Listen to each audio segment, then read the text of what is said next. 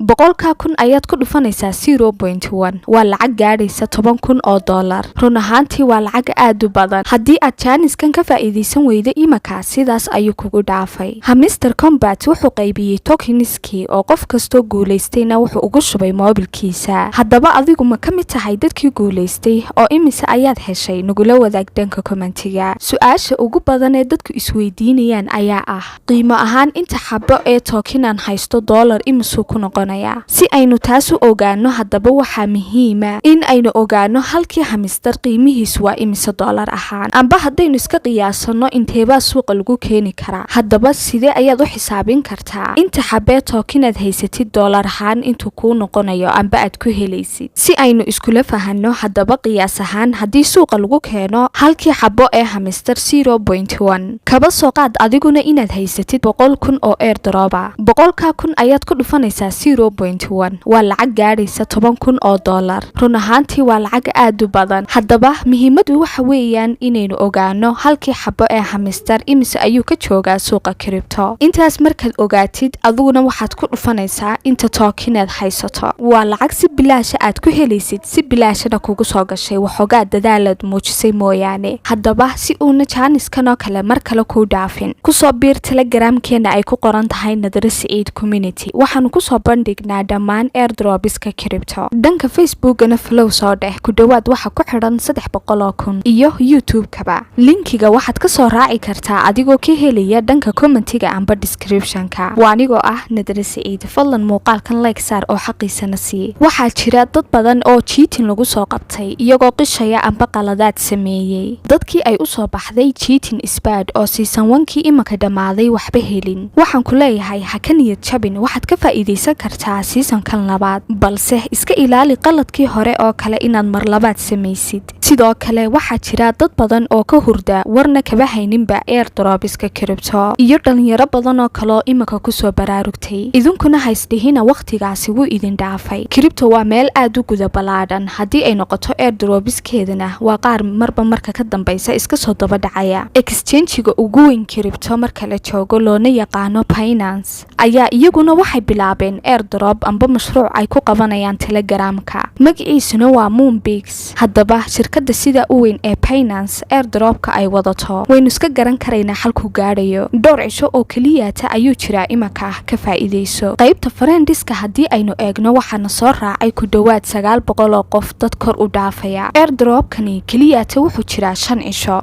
cisho oo kaliyaata ayaa ku dhaafay ka faa'iideyso imaka adigoo linkiga soo raacaya telegramka yaala soo gal telegramkeena ay ku qoran tahay Nadra Siciid community sidoo kale qaybta labaad ee season 2ga Hamster kombat waad ka faa'iideysan karaysaa imaka laga yaabaa inaanad mar kale arag haddaba nagu soo biir imaka naguma khasaari doontide haddii aad hore noola joogtayna sharaf ayaad leedahay waad ku mahadsantahay haddii aad nala soo gaadhay ilaa iyo dhamaadka muuqaalkan waanigoo ah Nadra Siciid waa inoo mar kale iyo muuqaalka kan ku xiga mahadsanid